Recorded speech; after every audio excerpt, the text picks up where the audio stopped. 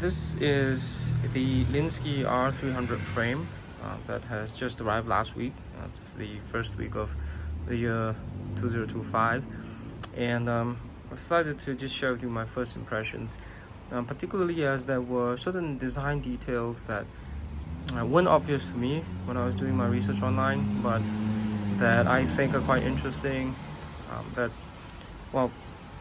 I thought I might record this and could be of use to someone else who's thinking about this frame. So first of all, this is in the size extra small, so that's right for my height. And one of the telltale signs is really how this head tube is really short, and these two tubes actually overlap.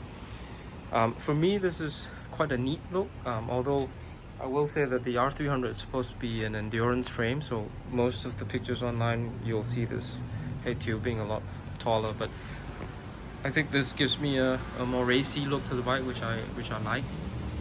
Now then, the other thing that is what you see is the logo.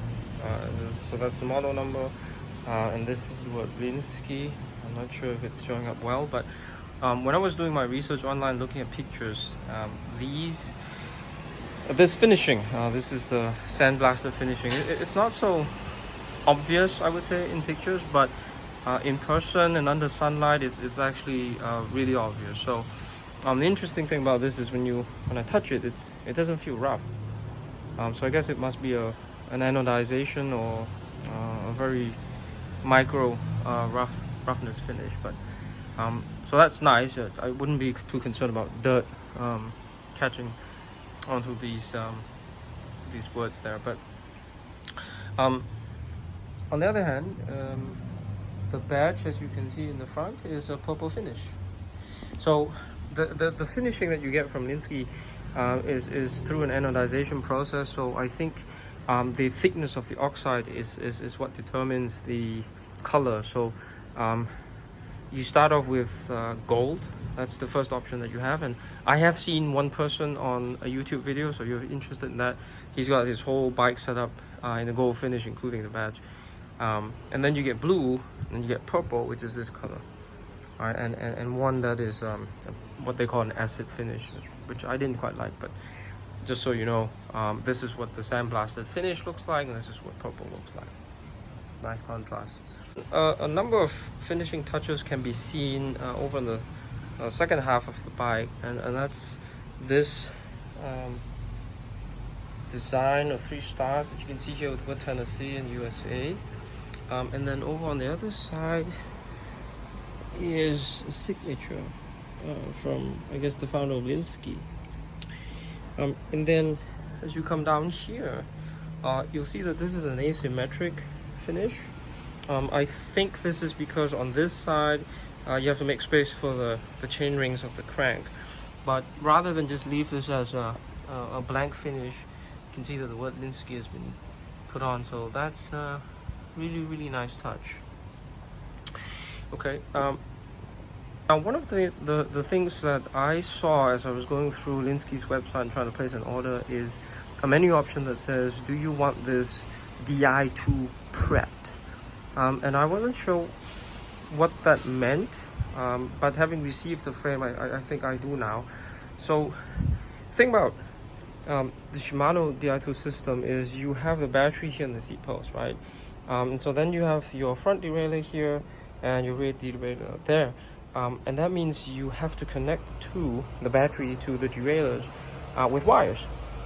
And so the Di2 prep actually comes with this hole here, and I've left this wire so you can see it coming out, and I guess when I get to install the front derailleur, it's going to look something like this. And then over the bottom is another hole which runs along these 2 rivets, and that gets it to the rear derailleur. So this is the 105 rear derailleur. You will also notice these rivets on the down tube, and this is really meant as a cable tie solution.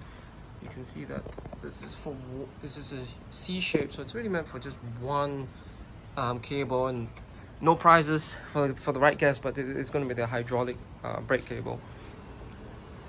So this is an external cabling frame, which is for me, I think a personal choice.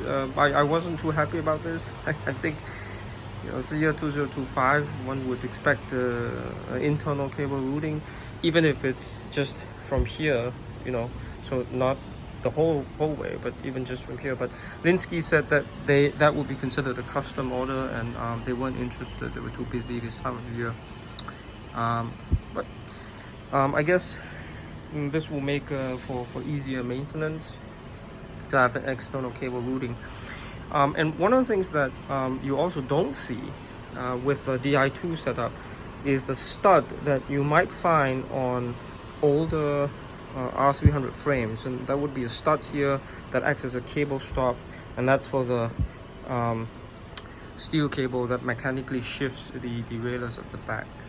So on this one, it's really just these sort of studs that's only for one cable. Now, I will say I really like the bulk of these mountings for the disc brakes. It's really strong looking at these, and also this hanger here. It was surprisingly light when I received it. So what actually do you get from the box with the frame order that I have here? You do get the frame, you get the fork, you get the Cane Creek headset that you see here. You don't get the stem. This is mine. The spacers are also mine, so you can see I haven't cut this, but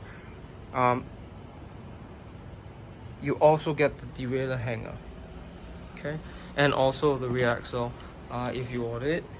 The front axle is the standard. It comes with the fork. I have noted that compared to pictures online, this fork no longer comes with the word Lynskey, which is a shame. Thought that would have given the bike more character.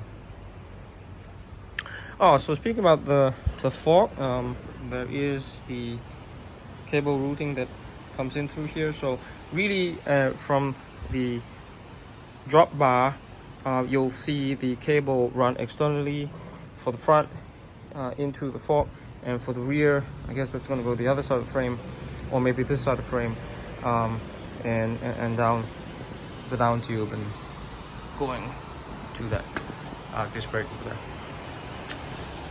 Okay, now as for the shape of the tubing, this is clearly a tapered head tube for improved stiffness and handling. The top tube here is a constant shape, but it's clearly oval.